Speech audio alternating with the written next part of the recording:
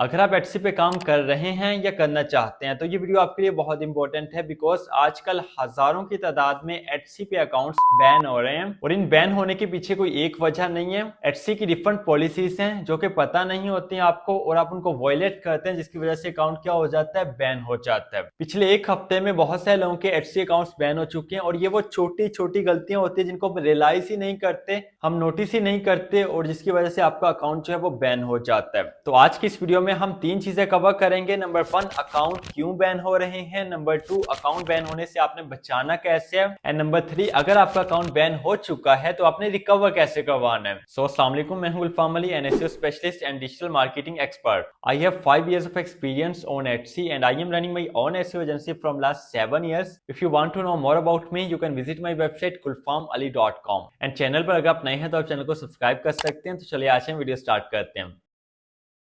Number 1, accounts क्यों ban हो रहे हैं। देखिए सीधी सी बात है, एटसी एक अमेरिकन प्लेटफॉर्म है और इसकी पॉलिसी स्ट्रिक्ट है। हमारे पाकिस्तान में लोग बगैर पॉलिसीज को सीखे कुछ कॉमन मिस्टेक्स करते हैं जिनकी वजह से अकाउंट्स बैन हो जाते हैं, सस्पेंड हो जाते हैं। और ये कोई एक गलती नहीं है, मल्टीपल मिस्टेक्स हैं। तो मैं वन बाय वन यहाँ पे आपको गिनवाता जाऊंगा। मिस्टेक नंबर 1 है वीपीएन का यूज करना। अगर आप वीपीएन को यूज कर रहे हैं, खुद यूज कर रहे हैं, किसी को आपने देखा है, किसी ने आपको बताया कि भैया वीपीएन का यूज करके एटसी का अकाउंट क्रिएट करो तो आपका एटसी अकाउंट बैन हो जाएगा। अगर आज नहीं हुआ तो कल हो जाएगा, 2 दिन बाद हो जाएगा, हफ्ते के बाद हो जाएगा, क्योंकि एटसी का सिस्टम आपकी आईपी ट्रैक करता है और आईपी को फिर मैच करता है। अगर आपकी लोकेशन और है, आपका आईपी एड्रेस और है, तो इसका सीधा सा मतलब क्या है कि आप पकड़े जाओगे और आपका अकाउंट बैन हो जाएगा। मिस्टेक नंबर 2 है पेमेंट मेथड मिसमैच का। देखिए अगर आपका एटसी का जो अकाउंट है वो किसी और नेम से है और जो आपका पेमेंट मेथड है वो किसी और नेम से है, तो यहाँ पे इशू क्या होता है, अकाउंट मिसमैच का इशू होता है। तो इस वजह से भी आपका अकाउंट टेम्परेरी या परमानेंट बैन हो सकता है। इसके बाद मिस्टेक नंबर 3 है multiple accounts on one device. एक ही डिवाइस के ऊपर अगर आप मल्टीपल अकाउंट्स को हैंडल करते हैं एटसी के, वो आपका मोबाइल फोन हो सकता है या लैपटॉप हो सकता है। अगर आप अपने मोबाइल फोन पे या अपने लैपटॉप पे एक से ज्यादा एटसी अकाउंट को हैंडल कर रहे हैं, यूज कर रहे हैं, ऑपरेट कर रहे हैं, नो मैटर कि वो सेकंड अकाउंट आपका है, आपके किसी फैमिली मेंबर का है, किसी फ्रेंड का है, एटसी आपके सभी अकाउंट्स को बैन कर सकता है। मिस्टेक नंबर 4 है कॉपीड लिस्टिंग लगाना। फॉर एग्जाम्पल आपने किसी की प्रोडक्ट डिस्क्रिप्शन कॉपी की है, किसी का थंबनेल आपने कॉपी किया है, किसी का लोगो आपने कॉपी किया है और वो कॉपी करने के बाद आपने अपनी लिस्टिंग पे लगा दिया है। इट मींस कि आपने कॉपीराइट रूल्स की वायलेशन की है एटसी पे और इस वजह से भी आपका अकाउंट बैन हो सकता है। एंड मिस्टेक नंबर 5 एंड ये लास्ट कॉमन मिस्टेक है हमारे पास कि जब आप अपनी आइडेंटिटी वेरिफिकेशन करते हैं या जब आप अकाउंट को सेटअप कर रहे होते हैं, वहां पे जो आप इंफॉर्मेशन देते हैं, अगर आप वहां पे अपना फेक नेम देंगे,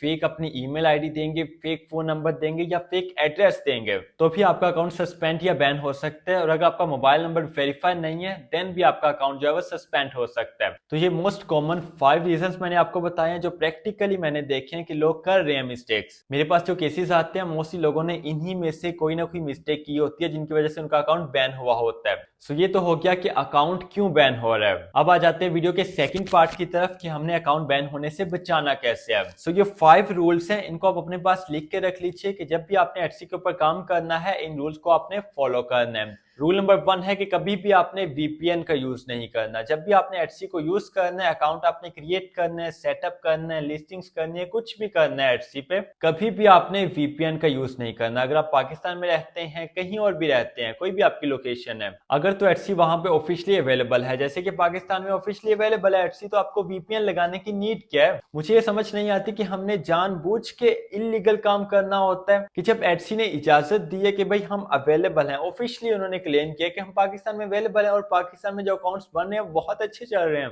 तो फिर आपको वीपीएन लगाने की क्या नीड है। तो रूल नंबर 1 आपने कभी भी वीपीएन का यूज नहीं करना। रूल नंबर 2 है कि आपने एक डिवाइस पे एक ही अकाउंट यूज करना है। अगर आपके फैमिली मेंबर में कोई और ज्वाइन करना चाहता है एटसी को तो उसके लिए अलग डिवाइस यूज कीजिए। जो आपका मोबाइल है, आपका लैपटॉप है, आपका कंप्यूटर है, उसके ऊपर एक ही एटसी अकाउंट चलना चाहिए। जब आपने एक अकाउंट को लॉगिन कर लिया फिर आपने सेकंड को वहां पे लॉगिन नहीं करना, ठीक है। उसके ऊपर एक ही अकाउंट आपने चलने देना है। अगर दूसरा अकाउंट आप बनाना चाहते हैं अपने लिए या किसी और अपने फैमिली मेंबर के लिए, अपने फ्रेंड के लिए, तो उसको अपने सेकंड डिवाइस के ऊपर बनाना है, उसी सेम डिवाइस के ऊपर आपने क्रिएट नहीं करना। रूल नंबर 3 है कि आपने हमेशा रियल इंफॉर्मेशन देनी है। अगर आप फेक इंफॉर्मेशन देते हैं, फेक नेम देते हैं, फेक एड्रेस देते हैं, फेक फोन नंबर देते हैं, फेक ईमेल देते हैं, तो टेम्परेरी आर्जी तौर पे तो आपका काम चल जाता है, लेकिन लॉन्ग टर्म में आपका अकाउंट बैन हो जाएगा। जब एचसी आपकी डिटेल्स वेरीफाई करेगा, आपका फोन नंबर वेरीफाई करेगा, आपका एड्रेस वेरीफाई करेगा, तो वो मैच ही नहीं करेगा तो आपका अकाउंट बैन हो जाएगा। वक्ती तौर पे आपको ये लगेगा कि आपने एचसी को चकमा दे दिया है, आप एचसी को चकमा देने में कामयाब हो चुके हैं, बट फिर अचानक एक दिन आपको ईमेल आएगी कि आपका अकाउंट सस्पेंड हो गया है या बैन हो गया है। सो दैट्स व्हाई आपने कभी भी फेक इन्फॉर्मेशन नहीं देनी, हमेशा आपने रियल इन्फॉर्मेशन देनी है। रूल नंबर 4 है ओरिजिनल प्रोडक्ट्स क्रिएट कीजिए। देखिए, किसी को भी कॉपी करने की आपको नीड नहीं है। अगर आप डिजिटल प्रोडक्ट्स के ऊपर काम कर रहे हैं तो डिजिटल प्रोडक्ट आपकी अपनी होनी चाहिए। फॉर एग्जाम्पल, अगर आप कैनवा के ऊपर टेम्पलेट्स क्रिएट करते हैं तो कैनवा में जो टेम्पलेट होगा वो आपका अपना होगा, आपने खुद उसको क्रिएट किया होगा, ओरिजिनल होगा। कैनवा में आपको रेडीमेड टेम्पलेट्स मिल जाते हैं, उनको अगर आप यूज करते हैं तो प्रॉपर्ली उनको आपको एडिट करना पड़ेगा। और बहुत सारे कैनवा में आपको फ्री एलिमेंट्स मिल जाते हैं जिनको आप यूज कर सकते हैं, चेक करना है कि उनका लाइसेंस है और आप उन एलिमेंट्स को यूज कर सकते हैं अपने डिजाइन में। बट फॉरएवर हमेशा याद रखिएगा कि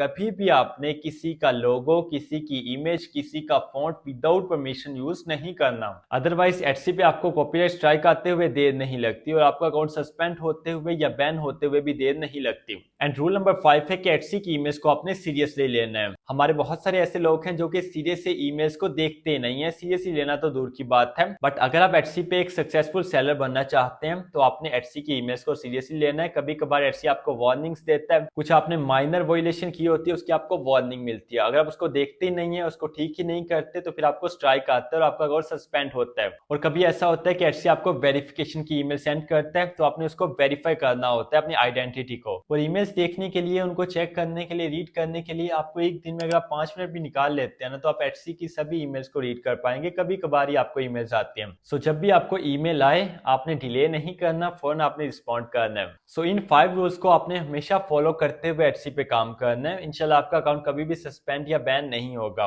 अब चलते हैं वीडियो के पार्ट 3 की तरफ कि जिनका अकाउंट ऑलरेडी बैन हो चुका है उन्होंने कैसे रिकवर करवाना है। तो रिकवर करवाने के लिए स्टेप नंबर 1 ये है कि आपने अपनी ईमेल चेक करनी है। एटसी ने आपको ईमेल सेंड की होगी जिसमें उसने बताया होगा कि आपका जो अकाउंट है वो क्यों बैन हुआ है। तो ईमेल को आपने प्रॉपर्ली रीड करना है, आपने आइडेंटिफाई करना है कि क्या वो वजह है, क्या वो रीजन है जिसकी वजह से आपका अकाउंट बैन हुआ है। जब वो वजह पता चलेगी, जब वो रीजन हमें पता चलेगी, फिर ही हम अपना अकाउंट रिकवर करवा पाएंगे। स्टेप नंबर 2 है कि एटसी से कॉन्टेक्ट कीजिए। वो कॉन्टेक्ट आप कैसे करेंगे? एटसी का हेल्प पेज है help.etsy.com। इस पेज को आपने ओपन करना है। यहाँ पे आपने एटसी के कॉन्टेक्ट के ऊपर क्लिक करना है और रीजन आपने यहाँ से सिलेक्ट करनी है जिस वजह से आपका अकाउंट बैन हुआ है। And step number 3, the last step किया है कि आपने प्रोफेशनली अपनी अपील सबमिट करवानी है। एंड अपील में आपने मेंशन क्या करना है? सबसे पहले आपने अपनी आइडेंटिटी कंफर्म करनी है। इसके बाद अगर वाकई में आपसे गलती हुई है, आपसे कोई मिस्टेक हुई है, आपने कोई वॉयलेशन की है, तो उसको एक्नॉलेज कीजिए। फिर इन फ्यूचर आप कैसे एटसी रूल्स को फॉलो करेंगे ये बताइए। और हमेशा अपील राइट करते हुए आपने पोलाइट एंड प्रोफेशनल रहना होता है, कभी भी अग्रेसिव टोन आपने नहीं रखनी। एटसी की टीम एआई नहीं है, ह्यूमन है। अगर आप प्रोफेशनली पोलाइट वे में अपनी अपील सबमिट करवाते हैं तो बहुत सारे चांसेस हैं कि जो आपका अकाउंट है,